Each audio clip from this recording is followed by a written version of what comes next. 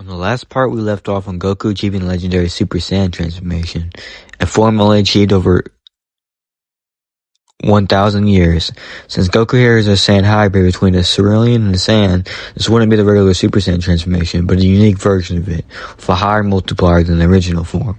This form also has yellow hair, much like the original one, the only two major differences being that in this state, Goku obtains red eyes. This is an early concept / design of Super Saiyan from Toriyama, where it's depicted to have yellow hair and red eyes. Anyway, I'm gonna say that here the red eyes come from Goku being half Cerealian, and he's able to see every single vital weak point of his opponent's body. This is stated that the Cerealian's eyes are special and can do this, though in the Granola arc, we see that he only has one red eye, while Goku here has two. Anyways, let's discuss power levels. Goku's transformation here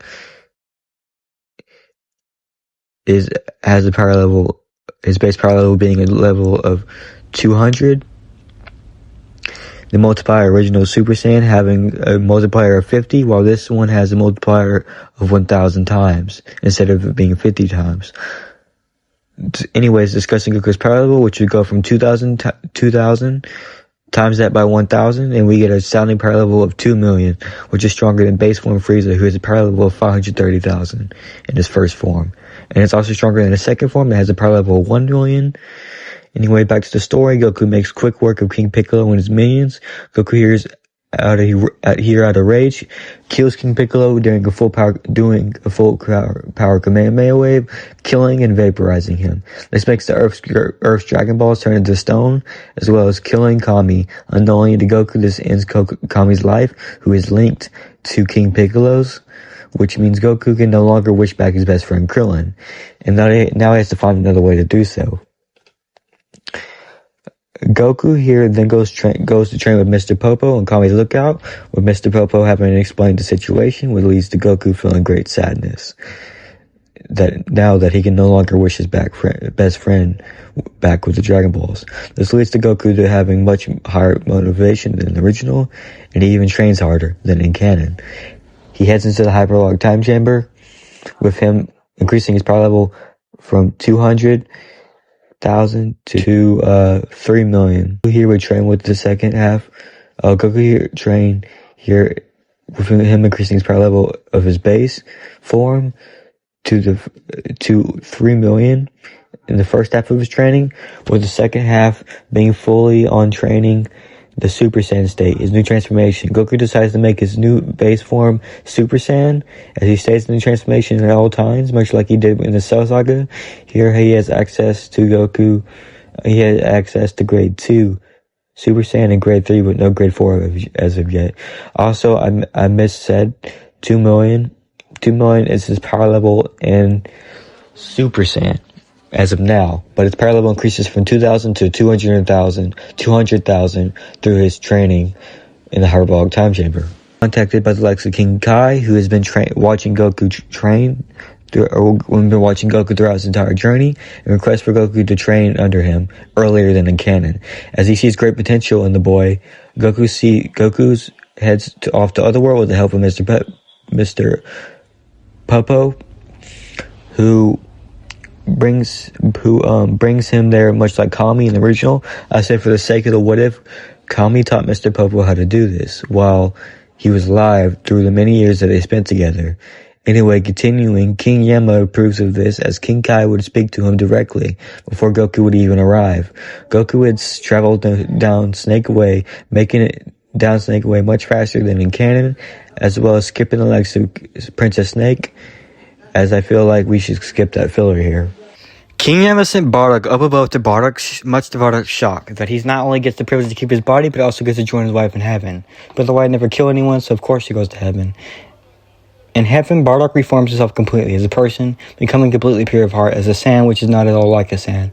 But here in his last moments, changed him as a person.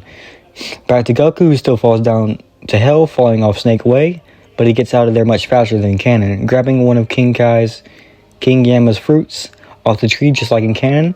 Now, while Goku was down there, I'm gonna say he ran into the likes of the Saiyan race. Goku here actually interacts with them, much to their annoyance at first, but then you realize Goku's hair is blonde, and that he has red eyes. It's supposed to be the form of legendary Super Saiyan, with them technically not being wrong, but at the same time, this is a special version of it that is only unique to Goku, and it isn't the normal Super Saiyan transformation, as he is a hybrid. Goku here learns about his Saiyan culture earlier than canon, as he learns that he is a Saiyan, just like them, though Kakarot actually starts to not like the Saiyans, as they are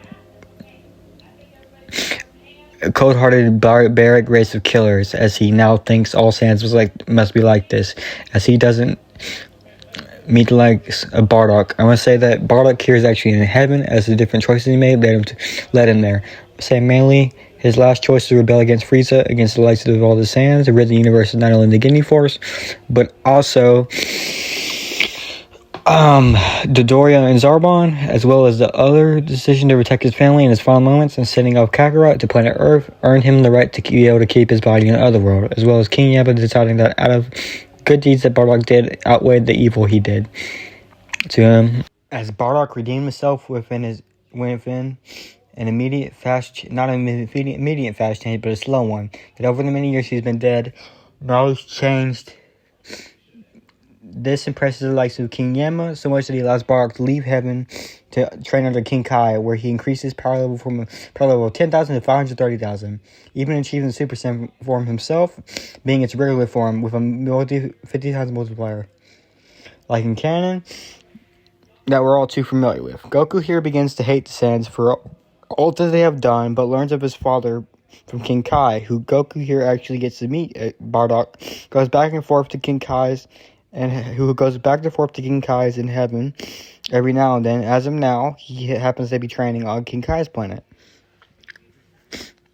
Goku's training partner was Bardock here. Is already able to use Kaioken as well as a Spirit Bomb. Bardock would be his teacher. With Bardock having a higher base power level than Goku in his normal state. 30 minutes into the fight, Bardock realizes that something is off with Kakarot, as his Super Saiyan state seems to be different and unique, and will return back to the Earth and continue training to practice his technique as Super Kaioken. I'm going to say that Goku is able to use Super Kaioken, although he has not fully mastered the form, now having grade 4 Super Saiyan.